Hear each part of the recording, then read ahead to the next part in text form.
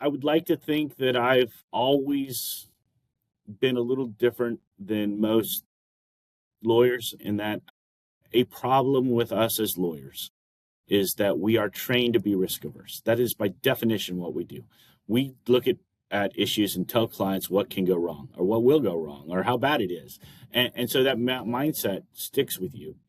And when you're on the board, you can't be that way. You can't be risk averse. You need to be.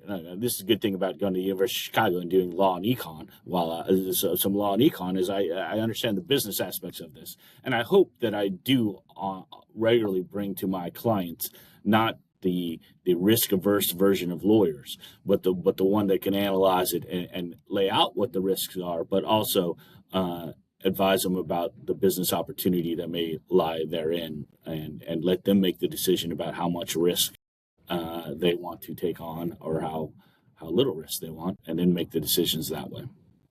That's an interesting perspective because I did talk to somebody. Well, it's been a little while ago, but he talked about, no, I don't want to ask my lawyer that because his answer is always going to be no. That's right, and I try never to actually give that answer, right? Because yes, I may look at this and go, that there's a huge downside. But we can do the calculation. Let's say I put it at a 50% chance or 60% chance you're going to get sued. Okay, what's the odds that you lose? Okay, if you lose, how much money are you going to lose? Okay, now we know the downside. Now we need to know the upside. And the business needs to decide, okay, but if we do this thing, we will make this much money and we'll have this percentage, and let's figure out what the likely outcome is, and then make a decision about how much risk you're going to take. You can't just be the no man. That's why even in-house counsels are often despised by their business people, right? Because they're the ones screwing up the deal. And this is why, just so we're clear, this is why I have a job. Because you would think sophisticated companies would write perfect contracts. They don't. And the reason why they don't is because it's a negotiation. And the two businesses who are negotiating want the deal. The lawyers want to write all this perfect language, but the other side's not going to agree to language that perfectly protects one side. So you'll end up with some gobbledygook in the middle. And thus, there's a job for me to do because it's not crystal clear what the outcome should be, because they can't write it that way. You'll never get a deal done. Arguably, that's why legislation is the way it is, right? Because you can't get it passed. It's always a compromise that's not Yes. good for.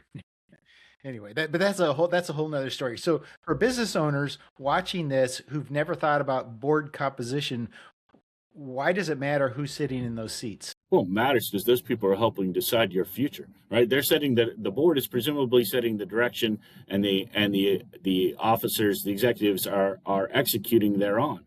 But if you don't have the right vision, you're not going to be successful, and you need the people who have the ability to make decisions. And sometimes you're not going to have perfect information, and you're going to have to be willing and able to make a decision based on what you're going to predict and rely on, and you have to be able to lead. There are boards that have people who like to talk and talk and talk and never do, and then you don't get anything done.